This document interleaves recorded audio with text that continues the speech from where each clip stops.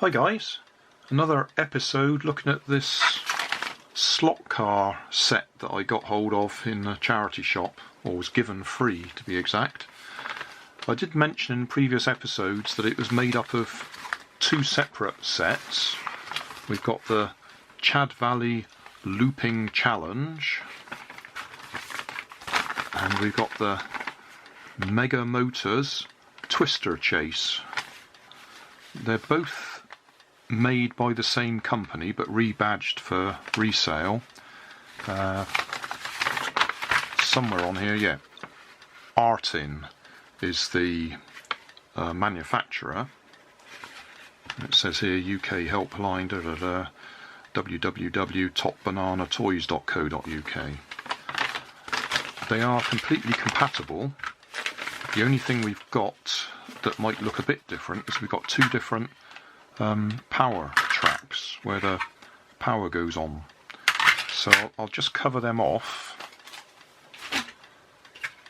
On this one, which is piece number 430, we got, well, 3 sockets. There's actually 4, but the fourth one doesn't have anything in it.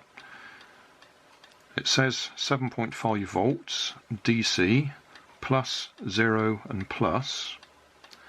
And if we flip it over, I've pulled the back cover off and we can see the 0 one is common to both tracks. It's connected to the left hand side there and the left hand side there, and then the other 2 inputs go to the other side. So the variable resistor in the hand controller is what varies the amount of current flowing from one side of the track through the battery to the other side of the track. And I've been out today and I've bought some cheap bell wire that looks to me like it's about the same conductor thickness. So I'm going to rig up a temporary fix. I'll use the bell wire and a 9-volt battery. In fact, I've taken the connector off an old battery so we can connect from the variable resistor or the hand controller through the battery, through the bell wire to the track. And I'll build up a very small track just so we can run a car around it and check that we can get the hand controller working. I've been keeping my eye out for a suitable power supply, and we're not looking for very much. On this one it says 7.5 volts 800 milliamps, which is not a lot, and the other one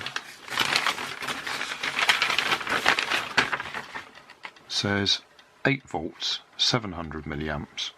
So using a 9-volt battery is slightly more power than it wants, but we should be okay because we don't have any of the original cars anyway, so we'll just use the cars that I've got already. So that's what I'll do. I'll rig up hand controller, battery connector somewhere down here, and some way of connecting it up to the track, either to this one or this one, which is the same basic idea. Red wire goes to the same side on both tracks, and then the other side of the track comes back through these connectors, and that white wire, which is the other side of the power supply, goes to one of each pair of the connectors that go out to the hand controllers. And if you remember, these hand controllers have been cut off short, so we haven't got the plugs that go in here, so I'll have to either rig something up to this one or rig something up to this one so we can do it. There was also some debate about wireless control, which is simple enough. We just have a constant power supply go into the track, and then the cars themselves actually have a electronic speed controller on them that's controlled by a wireless, or radio control I suppose, hand controller, but these are wired controllers, not wireless. So I'll see what I can do about connecting onto these. I could just solder onto them and have a permanent connection, or I can see if I can find something we can push in there to make the connection.